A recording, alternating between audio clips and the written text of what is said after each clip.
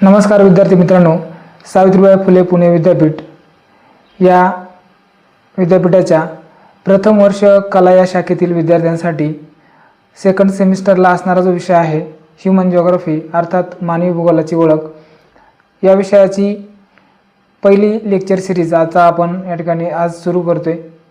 यानंतर तुम्हाला कंटिन्यू प्रत्येक प्रकरणावरती लेक्चर मिळत राहणार आहेत। तर पहिलं जे प्रकरण आहे मानवी भूगोलाची ओळख, यामध्ये आपल्याला मानवी भूगोलाच्या वेगवेगळ्या शास्त्रज्ञांनी केलेल्या व्याख्या असतील, त्यानंतर त्याचा अर्थ असेल, तर हे आपल्याला पहिल्या मुद्द्यामध्ये पाहायचे। त्यानंतर मानवी भूगोलाचे जे काही स्वरूप आणि व्याप्ती आहे, हे सुरुवातीच्या काळामध्ये मानवी भूगोल कशा पद्धतीने अभ्यासला जायचा, त्यामध्ये त्याचं जे काही स्वरूप सुरुवातीच्या काळात कसं होतं, नंतर त्याच्यात काळाच्या ओघामध्ये कशा पद्धतीने बदल होत गेला आणि त्यानंतर मानवी भूगोलाचा एक सखोलपणे अभ्यास ज्या कालावधीपासून किंवा ज्या काळात होऊ लागला त्या सगळ्याच बाबींची माहिती आपल्याला या प्रकरणामध्ये घ्यायची। त्यानंतर मानवी भूगोलाच्या ज्या प्रमुख ज्ञानशाखा म्हणजे जसजसं या शाखेमध्ये सखोलपणे अभ्यास सुरू झाला आणि मग प्रत्येक घटकाचा किंवा मानवाने निर्माण केलेल्या वेगवेगळ्या गोष्टी सखोलपणे अभ्यासता याव्या यासाठी वेगवेगळ्या ज्ञानशाखांची निर्मिती झाली। मग या शाखा देखील आपल्याला अभ्यासायच्या आहेत आणि त्यानंतर मानवी भूगोलाचा जो अभ्यास आहे त्या अभ्यासाचं जे काही महत्त्व आहे, मग एखाद्या ठिकाणी शासनाच्या वेगवेगळ्या ठिकाणी नियोजन करावं लागतं। मग समजा रस्ता निर्माण करायचा असेल किंवा एखाद्या ठिकाणी व्यवसाय करायचा असेल, तर अशा वेगवेगळ्या गोष्टींचं नियोजन करण्यासाठी जे ज्ञान किंवा जी माहिती उपलब्ध होते ती मानवी भूगोलातूनच उपलब्ध होते आणि मग त्यासाठी या मानवी भूगोलाचा कशा पद्धतीने उपयोग होतो, मग वेगवेगळ्या विषयांमध्ये वेगवेगळ्या गोष्टींसाठी मानवी भूगोलाचा उपयोग होतो, हे आपल्याला या ठिकाणी आजच्या तासाला पाहायचं आहे। मग यामध्ये सुरुवात करतोय आता आपल्या मानवी भूगोलाची ओळख या पहिल्या प्रकरणाला। तर पृथ्वीचे वर्णन करणारे शास्त्र म्हणजे या ठिकाणी भूगोल अशा प्रकारची भूगोलाची व्याख्या या ठिकाणी केलेली आहे। आता या पहिल्या प्रकरणामध्ये आपल्याला प्राकृतिक भूगोलात नैसर्गिक तसेच मानवनिर्मित घटकांचा अभ्यास केला जातो। प्राकृतिक घटकांचा स्वतंत्ररित्या अभ्यास करण्यासाठी भूगोलाची प्राकृतिक भूगोल, तर मानवनिर्मित घटकांचा अभ्यास करण्यासाठी मानवी भूगोल अशा मुख्य दोन शाखा निर्माण झाल्या। मानवी भूगोलात मानवाला केंद्रबिंदू मानले गेलेला आहे आणि मानवाला केंद्रबिंदू मानून त्याचा अभ्यास या ठिकाणी केला गेला आहे। आता मानवी भूगोलाचं जे काही जनक आहेत तर ते फ्रेडरिक रॅडझेल या विचारवंतास मानलं जातं। याचं कारण त्यांनी अँथ्रोजिओग्राफी हा ग्रंथ लिहून त्यात मानवी भूगोलावर सर्वप्रथम अभ्यास केला किंवा त्याच्यावर सर्वप्रथम प्रकाश टाकला आणि त्यामुळं त्यांना मानवी भूगोलाचे जनक म्हणून या ठिकाणी लक्षात ठेवा। एका वाक्यात उत्तर द्यासाठीचा प्रश्न तुमचा याच्यावर विचारला जाऊ शकतो, त्यासाठी या ठिकाणी हा प्रश्न लक्षात घ्या। त्यानंतर मानवी भूगोल म्हणजे मानवी परिस्थितिकी विज्ञान होय। मानव आणि त्यानंतर त्याच्या सभोवताली असणारे जे काही जैविक किंवा अजैविक घटक आहेत त्यांच्यात असलेला आणि एकमेकांशी असणारा जो संबंध आहे तो संबंध कशा पद्धतीने निर्माण झालेला आहे याचा उलगडा करणारा हा विषय आहे। निसर्गाचा आणि मानवाचा सतत संघर्ष सुरू आहे किंवा त्यांचा संबंध कशा पद्धतीने निर्माण झालेला आहे आणि मग हा संबंध टिकवून ठेवण्यासाठी आपण किंवा मानव काय करतो, पर्यावरणाशी समायोजन साधण्याचा प्रयत्न करत असतो, मिळतं जुळतं करून घेण्याचा प्रयत्न करत असतो आणि मग मानवाने पर्यावरणाशी यशस्वीपणे जे काही समायोजन केलेले आहे त्याचे अस्तित्व टिकवण्यासाठी हे समायोजन करणं गरजेचं आहे। मग अशा पृथ्वीवरील सर्वच घटकांशी मानवाने मग जे काही मानवाचे इतर नैसर्गिक घटकांशी असणारे संबंध आहेत ते कशा पद्धतीने प्रस्थापित झालेले आहेत, मग सजीव घटक असो किंवा निर्जीव घटक असो, तर अशा अनेक गोष्टींचा उपयोग मानव स्वतःचं जीवन सुखी समृद्ध करण्यासाठी करत असतो। मग अशा सर्वांची जी काही उपलब्धता आहे ती सगळ्याच ठिकाणी सारख्या प्रमाणात नाही। मग एखाद्या ठिकाणी मानव काय करतो, जास्त प्रमाणात एखाद्या निसर्गातील गोष्टींचा वापर करतो, मग त्या निसर्गात एखाद्या वेळेस हस्तक्षेप जास्त प्रमाणात जर झाला तर त्यातून मानव आणि या निसर्गात संघर्ष देखील निर्माण होताना दिसतो। मग हाच उलगडण्याचा प्रयत्न या ठिकाणी मानवी भूगोलातून आपल्याला करायचा आहे. पृथ्वीवरील सर्वच सजीव पर्यावरणाशी समायोजन करतात आणि समायोजन करत असताना त्यांची जी काही गुणवैशिष्ट्ये आहेत ती गुणवैशिष्ट्ये पुढील पिढीत संक्रमित करत असतात. पृथ्वीवरील प्राकृतिक परिस्थिती सर्वच ठिकाणी सारख्याच प्रमाणामध्ये नाही. मग एखाद्या ठिकाणी उष्ण वातावरण आहे, एखाद्या ठिकाणी थंड आहे, एखाद्या ठिकाणी वेगळ्याच प्रकारचं आहे. मग अशा वातावरणात असणारे जे काही वेगळेपणा आहे त्या वेगळेपणामुळं मानवाला समजा एखाद्या ठिकाणी जास्त वनसंपदा आहे, मग अशा ठिकाणी तिथे असणारे जे व्यवसाय आहेत किंवा मानवाच्या ज्या मूलभूत गरजा आहेत त्या वनांवर आधारित असतात. ज्या ठिकाणी खनिज संपत्ती आहे त्या खनिज संपत्तीवर आधारित मानवाच्या वेगवेगळ्या प्रकारच्या आर्थिक क्रिया निर्माण होतात. मग अशा स्थानिक परिस्थितीचा जर विचार केला तर सगळ्याच ठिकाणी सारख्याच प्रमाणात साधन संपत्ती आढळून येत नाही आणि मग अशा विविध प्रकारच्या प्राकृतिक परिस्थितीचा मानवी जीवनावर कशा पद्धतीने परिणाम होतो हे या ठिकाणी आपल्याला या प्रकरणामध्ये पाहायचं आहे. या विविध प्रकारच्या प्राकृतिक परिस्थितीचा मानवी जीवनावर प्रत्यक्षपणे प्रभाव पडतो आणि त्यामुळे मानवाचं राहणीमान असेल किंवा मानवाचे जे वेगवेगळ्या प्रकारचे व्यवसाय आहेत, मानवाचे आचार विचार असेल किंवा त्यांची जीवनशैली आहे यामध्ये देखील वेगळेपणा असलेला दिसून येतो. मग मानव आणि निसर्ग यांच्यात अतूट असे संबंध असून नैसर्गिक पर्यावरणाचा मानवाने काय केला आहे, पुरेपूर वापर करून घेतलेला आहे आणि याचा अभ्यास मानवी भूगोलामध्ये केला जातो. मग आता मानवी भूगोलाच्या जर आपण वेगवेगळ्या शास्त्रज्ञांनी केलेल्या व्याख्या आहेत तर त्या वेगवेगळ्या शास्त्रज्ञांच्या व्याख्या आपल्याला या ठिकाणी आता पाहायच्या आहेत. सर्वसाधारणपणे मानवी भूगोलाची जर आपण एक व्याख्या बघितली तर त्यामध्ये मानवाने त्याच्या नैसर्गिक पर्यावरणाशी केलेला समायोजनाचा अभ्यास म्हणजे मानवी भूगोल होय. म्हणजे थोडक्यात मानवाच्या सभोवताली असणारे जे काही पर्यावरण आहे तर त्या पर्यावरणाशी मानवाने केलेलं समायोजन किंवा ज्यातून वेगवेगळ्या मानवाचे आणि या निसर्गाचे संबंध प्रस्थापित झालेले असतात त्याला मानवी भूगोल अशा प्रकारची सर्वसाधारणपणे व्याख्या आपण करू शकतो किंवा अशा प्रकारची व्याख्या आहे. आता या ठिकाणी वेगवेगळ्या शास्त्रज्ञांनी केलेल्या ज्या व्याख्या आहेत तर त्या सर्वप्रथम आपण या ठिकाणी पाहूयात. मग यामध्ये पहिली व्याख्या आहे एलन सॅम्पल यांनी केलेली. तर त्यांच्यामध्ये अस्थिर पृथ्वी व कृतिशील मानव म्हणजे पृथ्वी काही स्थिर नाही आहे, ती सतत फिरत असते, त्यामुळं अस्थिर पृथ्वी व कृतिशील मानव यांच्यातील बदलत्या संबंधांचा अभ्यास म्हणजे मानवी भूगोल अशा प्रकारची व्याख्या एलन सॅम्पल यांनी केलेली आहे. त्यानंतर दुसरे तज्ज्ञ आहेत हंटिंग्टन यांनी केलेली जी व्याख्या आहे त्यांच्यामध्ये भौगोलिक पर्यावरण व मानवी व्यवसाय गुण यांचे स्वरूप आणि परस्पर संबंध यांचा अभ्यास म्हणजे मानवी भूगोल अशा प्रकारची व्याख्या या हंटिंग्टन या शास्त्रज्ञांनी केलेली आहे किंवा या तज्ज्ञांनी केलेली आहे. त्यानंतर डेव्हिस यांनी केलेली व्याख्या बघा, नैसर्गिक पर्यावरण व मानवाची भौगोलिक प्रगती यामधील कार्यकारणभावाचे संशोधन म्हणजे मानवी भूगोल अशा प्रकारची व्याख्या या तज्ज्ञांनी केलेली आहे. आणि त्यानंतर मानवी भूगोलाचे जे जनक आहेत ज्यांचं नाव आहे फ्रेडरिक रॅडझेल यांच्यामध्ये किंवा यांनी केलेली जी व्याख्या आहे तर ती बघा, मानवी जीवनावर परिणाम करणाऱ्या पर्यावरणीय घटकांचा अभ्यास करणारे शास्त्र म्हणजे मानवी भूगोल. म्हणजे थोडक्यात मानवाच्या सभोवताली असणारे जे पर्यावरण आहे त्या पर्यावरणीय घटकांचा अभ्यास करणारे शास्त्र म्हणजे मानवी भूगोल अशा प्रकारची एक व्याख्या यांनी केलेली आहे. तर यातली एखादी व्याख्या आपल्याला परीक्षेला विचारली जाऊ शकते किंवा मानवी भूगोल म्हणजे नेमकं काय याच्यावर एका वाक्यात उत्तरे देण्यासाठीचा प्रश्न विचारला जाऊ शकतो. त्यासाठी या प्रश्नाचं उत्तर मला लक्षात ठेवायचं आहे. त्यानंतर मानवी भूगोलाचे स्वरूप आणि व्याप्ती. पृथ्वीवरील वेगवेगळ्या प्रदेशातील मानवी समूहांमध्ये सामाजिक, सांस्कृतिक आणि आर्थिक व राजकीय भिन्नता आढळून येते. मग प्रत्येक समूहामध्ये असणारे जे काही सामाजिक रूढी परंपरा असतात त्या देखील वेगवेगळ्या असलेल्या दिसून येतात. प्रत्येक भागामध्ये असणाऱ्या संस्कृती देखील वेगवेगळ्या दिसून येतात. त्याच्यानंतर सभोवताली असणारी जी साधन संपत्ती आहे ती साधन संपत्ती देखील वेगवेगळ्या पद्धतीने किंवा वेगवेगळी उपलब्ध असते. मग काही ठिकाणी वनांचे प्रमाण जास्त असतं, काही ठिकाणी वेगवेगळ्या प्रकारचे खनिज ऊर्जा साधनं असतात. मग तेथे असणारे जे व्यवसाय आहेत पूर्णतः त्या साधन संपत्तीवर आधारित असतात. मग असे आर्थिक व्यवसाय जे आहेत मग प्राथमिक व्यवसाय, द्वितीय व्यवसाय, तृतीय व्यवसाय, चतुर्थक व्यवसाय असे जे काही वेगवेगळ्या प्रकारचे मानवाचे आर्थिक व्यवसाय आहेत हे आर्थिक व्यवसाय त्या प्रदेशामध्ये उपलब्ध असणारी साधन संपत्तीवरती आधारित असतात. त्याच्यानंतर काही प्रदेशामध्ये राजकीय भिन्नता देखील दिसते।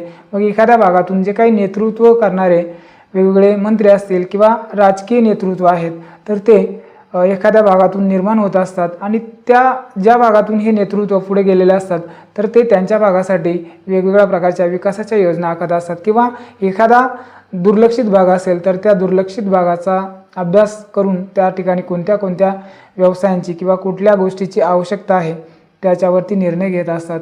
तर अशा प्रकारे या ठिकाणी ही भिन्नता आढळून येते।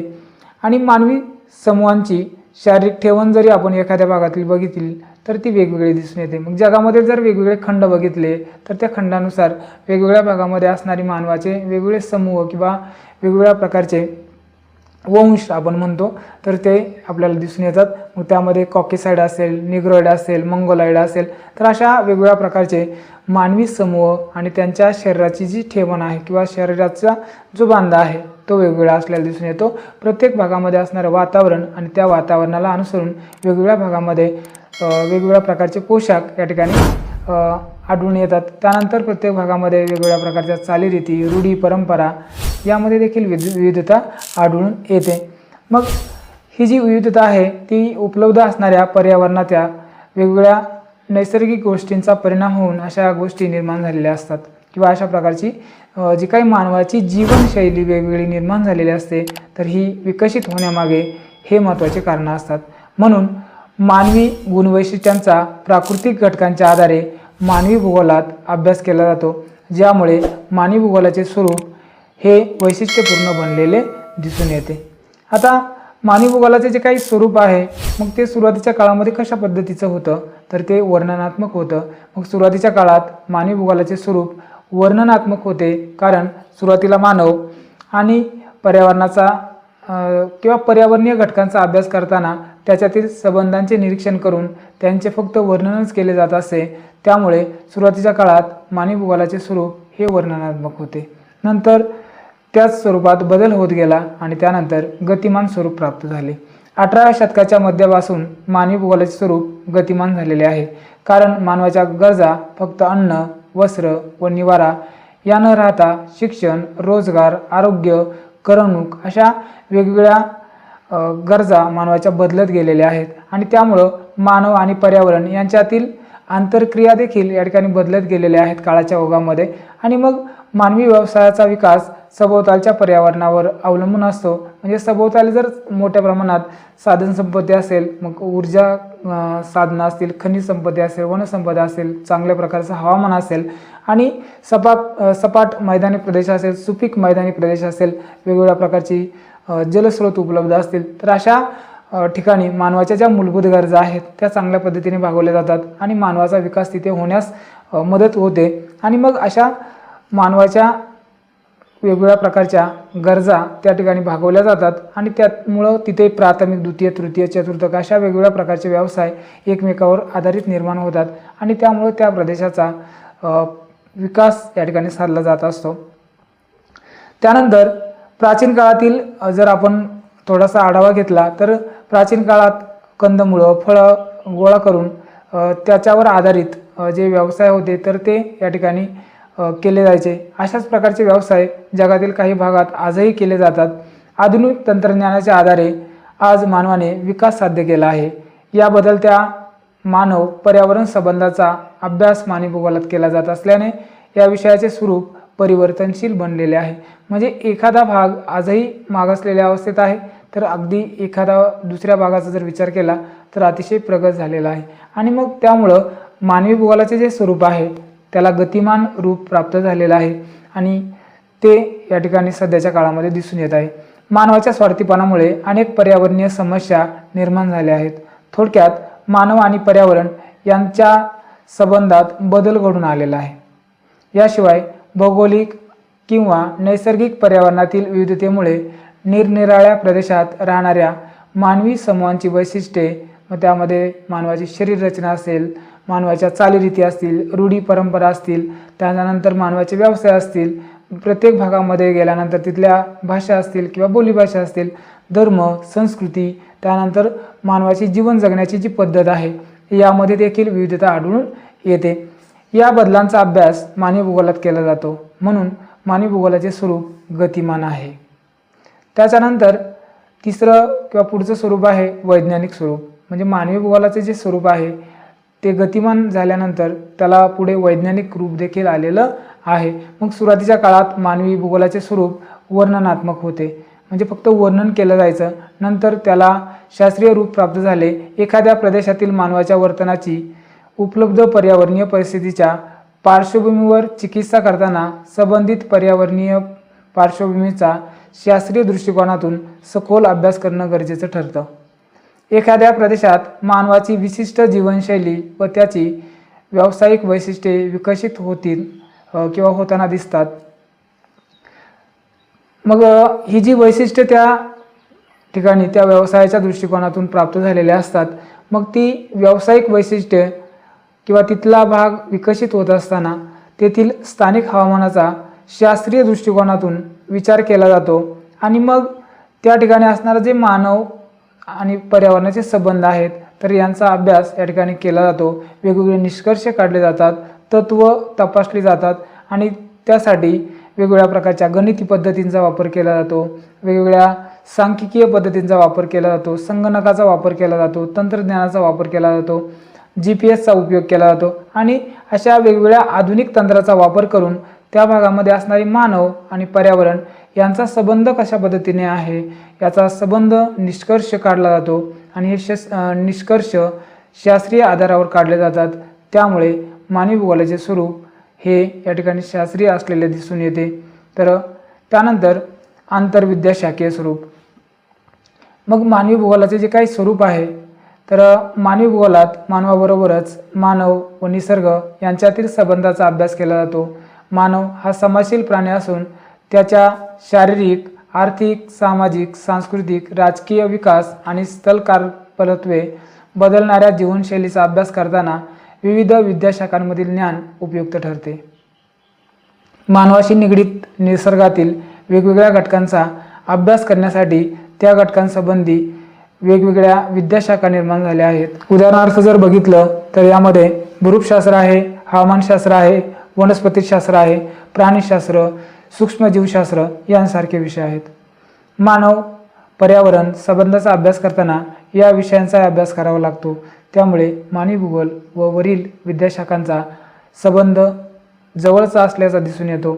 याशिवाय मानवी भूगोलाचा अभ्यास करताना राज्यशास्त्र, समाजशास्त्र, अर्थशास्त्र, जीवशास्त्र, त्यानंतर मानसशास्त्र या विषयांचाही मानवी भूगोलाशी संबंध येतो.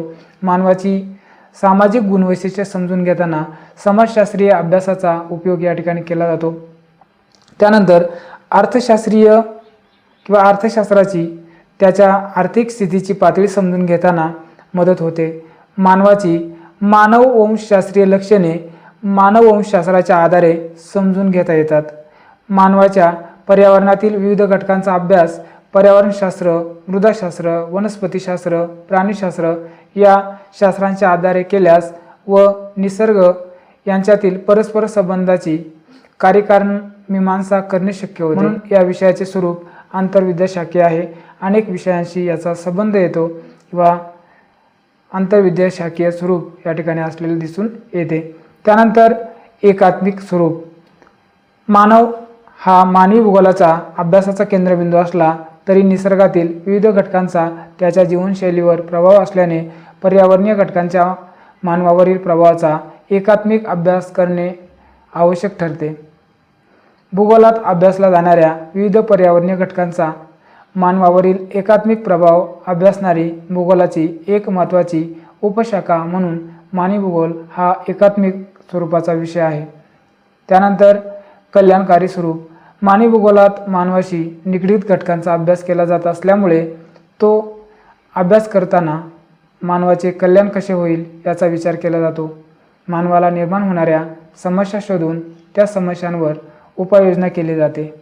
तसेच या समस्या भविष्यात निर्माण होऊ नये याची काळजी घेतली जाते. या सर्वांचा उद्देश मानवाचे कल्याण व्हावे हाच असतो. म्हणून मानवाची किंवा मानवी भूगोलाचे स्वरूप हे कल्याणकारी असलेले दिसून येते. तर अशा प्रकारे मानवी भूगोलाचे जे काही स्वरूप आहे ते स्वरूप सुरुवातीच्या काळात फक्त वर्णनात्मक होतं आणि त्यानंतर मानवी भूगोलाचे स्वरूप कल्याणकारी पर्यंत किंवा मानवाचं कल्याण साधण्यापर्यंतच येऊन पोचलेला आहे। त्यानंतर मानवी भूगोलाचा व्याप्तीचा भाग या ठिकाणी आपण पाहूयात। मानवी भूगोल मानवाच्या त्याच्या पर्यावरणाशी असलेल्या संबंधाचा अभ्यास मानवी भूगोलात केला जातो। मानव ज्या प्रदेशात राहतो त्या प्रदेशाची प्राकृतिक रचना, हवामान, जलप्रणाली, मृदा, वनस्पती, प्राणी इत्यादी नैसर्गिक घटकांचा मानवाच्या जीवनशैलीवर प्रचंड प्रभाव असतो। या नैसर्गिक पार्श्वभूमीवरच मानवाचे विविध आर्थिक व्यवसाय विकसित होत असतात। मानव हा निसर्गाचे एक प्रमुख अंग आहे असे मानून उपलब्ध भौगोलिक परिस्थितीत मानवाचा विकास कसा होतो याचे सखोल अध्ययन मानवी भूगोलात केले जाते। नैसर्गिक घटकांच्या प्रादेशिक भिन्नतेमुळे विविध प्रदेशातील मानवाच्या जीवनशैलीत भिन्नता निर्माण झाली आहे। निरनिराळ्या प्रदेशातील मानवाच्या अन्न, वस्त्र, निवारा या गरजा तसेच वेगवेगळ्या भागामध्ये असणाऱ्या चालीरीती, रूढी, परंपरा असतील तर यांच्यातही भिन्नता किंवा वेगळेपणा असलेला दिसून येते। उदाहरणार्थ जर आपण बघितलं तर मैदानी प्रदेशातील लोक शेती हा व्यवसाय करतात, तर समुद्र किनाऱ्यालगतच्या भागामध्ये मासेमारी हा व्यवसाय केला जातो। मग त्याच्यानंतर जंगलामध्ये किंवा वनांमध्ये राहणारे लोक असतात किंवा डोंगराळ भागामध्ये तर तिथे वनांवर आधारित व्यवसाय केले जातात। मग त्यामध्ये शिकार असेल किंवा वनसंकलन असेल, फळं कंदमुळं गोळा करणे अशा प्रकारचे व्यवसाय या ठिकाणी केले जातात। मानवी भूगोलाच्या या शाखेत निसर्गातील जैविक व अजैविक घटकांचे परीक्षण केले जाते, निरीक्षण केले जाते। मानवी समाज व त्यांची गुणवैशिष्ट्ये यांच्या क्षेत्रीय वितरणाचे अध्ययन मानवी भूगोलात केले जाते। या विषयाची व्याप्ती खूप मोठी आहे। जगाच्या विविध प्रदेशातील वेगवेगळ्या भागात असणारे मानवी वंश, त्यानंतर लोकसंख्येचं वितरण, तिचे स्थल काल सापेक्ष वितरण म्हणजे काळानुसार लोकसंख्येत कशा पद्धतीने वाढ होत गेलेली आहे। उदाहरणार्थ 2023च्या आकडेवारीनुसार भारत हा जगातील सर्वात जास्त लोकसंख्या असणारा जगातील पहिला देश किंवा पहिल्या क्रमांकाचा देश झालेला आहे। त्याच्या अगोदर चीन हा पहिल्या क्रमांकावर होता। त्यानंतर 2023च्या आकडेवारीनुसार भारताने चीनला मागे टाकलेला आहे, चीनचा आता दुसरा क्रमांक आहे। त्यानंतर एखाद्या भागामध्ये असणारी लोकसंख्येची वाढ असेल किंवा एखाद्या भागातील लोकसंख्येची घनता आहे, त्यानंतर लोकांचं असणारं स्थलांतर आहे, त्यानंतर एकंदरीत लोकसंख्येची संरचना आहे। मग त्यामध्ये स्त्री पुरुषांचं प्रमाण, त्यामध्ये पुन्हा वयोगटानुसार मग 0 ते 14 वयोगटातील लोकसंख्या, त्यानंतर 15 ते 35 या वयोगटातील लोकसंख्या, त्यानंतर 35 ते पुढे 60 वयोगटातील लोकसंख्या, अशा पद्धतीने जी काही लोकसंख्येची संरचना आहे तिथेही त्याच्यातही बदल या ठिकाणी जो असतो ती तपासली जाते।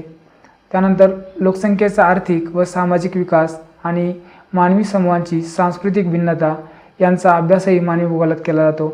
जगाच्या वेगवेगळ्या भागात उदयास येऊन विकसित झालेल्या संस्कृती, जागतिक स्तरावरील सांस्कृतिक भिन्नता, वसाहतींचे आकृतिबंध म्हणजे जी काही घरांची रचना आहे तर ती वेगवेगळी दिसून येते। त्यानंतर त्यांची कार्य, वस्त्यांचे वर्गीकरण, मग काही ठिकाणी सरळ रेषेत मग एखादा नदी असेल, नदीच्या आजूबाजूने वाढलेले वस्त्यांचे प्रकार, त्यानंतर एखादा महामार्ग असेल त्या महामार्गाच्या लगतच्या भागात निर्माण झालेल्या वस्त्या आणि मग त्यानुसार वस्त्यांचे वर्गीकरण किंवा वेगवेगळे प्रकार आपल्याला पाहायला मिळतात। त्यानंतर नागरिकीकरण, मग शहरीकरण जे वाढलेलं आहे यांचाही अभ्यास मानवी भूगोलात केला जातो। आणि जगाच्या वेगवेगळ्या भागातील वाहतूक आहे, मग त्यामध्ये वाहतुकीचे वेगवेगळे प्रकार, मग रस्ते वाहतूक, रेल्वे वाहतूक, हवाई वाहतूक, त्यानंतर जलमार्ग वाहतूक, नळमार्ग वाहतूक असे वेगवेगळ्या प्रकारचे वाहतूक प्रकार प्रत्येक भागामध्ये वेगवेगळे दिसून येतात। मग त्यामध्ये काही भागामध्ये जे ग्रामीण भाग आहेत किंवा ग्रामीण भागामध्ये रस्ते मार्ग विकसित होताना दिसतात, तर इतर भागामध्ये किंवा इतर देशामध्ये प्रत्येक भागामध्ये असणारी वाहतूक प्रकार हे वेगवेगळे असलेले दिसून येतात। त्यानंतर दळणवळणाची जी साधनं आहेत ती देखील वेगवेगळ्या देशानुसार आढळून येतात। त्यानंतर दळणवळणाच्या साधनानुसार वेगवेगळ्या भागामध्ये वेगवेगळ्या प्रकारचे व्यापार या ठिकाणी चालतात। मग ह्यामध्ये जे काही आंतरराष्ट्रीय स्वरूपाचे व्यापार असतील किंवा राष्ट्रीय स्वरूपाचे देशांतर्गत व्यापार असतील, त्यानंतर वेगवेगळ्या भागामध्ये वेगवेगळ्या प्रकारचे उद्योग या ठिकाणी केले जातात। त्यामध्ये प्राथमिक किंवा वेगवेगळ्या प्रकारचे व्यवसाय, त्यानंतर असे व्यवसाय सुरू होत असताना किंवा अशा वाहतुकीच्या मार्गांचं जाळं विणलं जात असताना अनेक भौगोलिक घटकांचा परिणाम या घटकांवरती होतो आणि मग त्यामुळं मानवी भूगोलाच्या अभ्यासाचे हे एक महत्त्वाचे क्षेत्र आहे. त्यानंतर पर्यावरणीय घटकांचा जसा मानवावर प्रभाव आहे तसाच मानवाचा पर्यावरणावर देखील परिणाम होतो. आणि मग हा परिणाम कशा पद्धतीने प्रभाव पाडतो? वेगवेगळ्या हवामान प्रदेशातील प्राकृतिक वैशिष्ट्ये विचारात घेऊन मानवाने निसर्गाची केलेले समायोजन मानवी भूगोलात अभ्यासले जाते. मानव हा मानवी भूगोलाचा अभ्यास केंद्र बिंदू असल्याने मानवाच्या भौगोलिक पार्श्वभूमीवर निर्माण झालेल्या विविध मानवी गुणवैशिष्ट्यांचा उहापोह मानवी भूगोलात करण्यात येतो. विविध सामाजिक शास्त्रांमध्ये उपलब्ध असलेले ज्ञान मानव व पर्यावरण यांच्यातील परस्पर संबंध आणि त्यांचे विश्लेषण उपयुक्त ठरते. म्हणून समाजशास्त्र, मानववंशशास्त्र, अर्थशास्त्र व राज्यशास्त्र इत्यादी शास्त्रांमधील ज्ञान हा मानवी भूगोलाच्या अभ्यासाचा विषय आहे. मानवी भूगोलाच्या अभ्यासातून मानव व पर्यावरण यांच्यातील आंतरसंबंध अभ्यासता येत असल्याने विविध प्रदेशातील सांस्कृतिक भिन्नता किंवा वेगळेपणा मानवी भूगोलात आपल्याला अभ्यासता येतो. विविध प्रदेशातील मानवाच्या सांस्कृतिक घटकांची किंवा घटनांची आपल्याला त्यामागची कारणं, त्यांची कारणमीमांसा देखील या ठिकाणी अभ्यासता येते. जागतिक स्तरावरील वाढती लोकसंख्या व जी साधनसंपदा मानवी भूगोलाच्या अभ्यासातून मानव व पर्यावरण यांच्यातील आंतरसंबंध आपल्याला अभ्यासता येतात.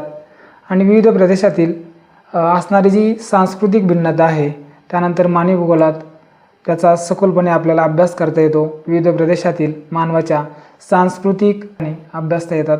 आणि जागतिक स्तरावरील जी काही वाढती लोकसंख्या आहे आणि साधनसंपत्तीचा सातत्याने होणारा ऱ्हास आहे याच्यातील जी वास्तवता आहे ती वास्तवता आपल्याला मानवी भूगोलाच्या अभ्यासातून कळते.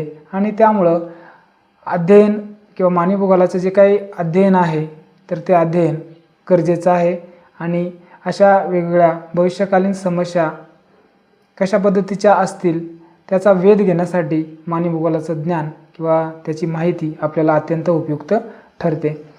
त्यानंतर मानवी भूगोलाच्या वेगवेगळ्या प्रकारच्या ज्या ज्ञानशाखा निर्माण झालेल्या आहेत तर त्यांची आता आपल्याला सर्व माहिती घ्यायची. त्यानंतर आता आपल्याला मानवी भूगोलाच्या शाखा आणि त्यांचं महत्त्व पाहायचं आहे. प्राकृतिक भूगोल व मानवी भूगोल या भूगोलाच्या प्रमुख मुख्य शाखा आहेत. आणि या मुख्य शाखांचाही अनेक उपशाखा या ठिकाणी निर्माण झालेल्या आहेत. मानव आणि पर्यावरण यांच्यातील जे काही परस्पर संबंध पद्धतशीरपणे अभ्यासले जातात संबंध मानवी भूगोलाच्या अभ्यासातून या ठिकाणी खऱ्या अर्थाने अभ्यासले जातात. मानवाच्या पर्यावरणाशी असलेल्या आंतरसंबंधाची उकल करताना मानवी गुणवैशिष्ट्यांचा प्रत्येक अंगाने सखोल अभ्यास करत असता या ठिकाणी मानवी भूगोलाच्या वेगवेगळ्या शाखा विकसित झालेल्या आहेत. आणि या शाखा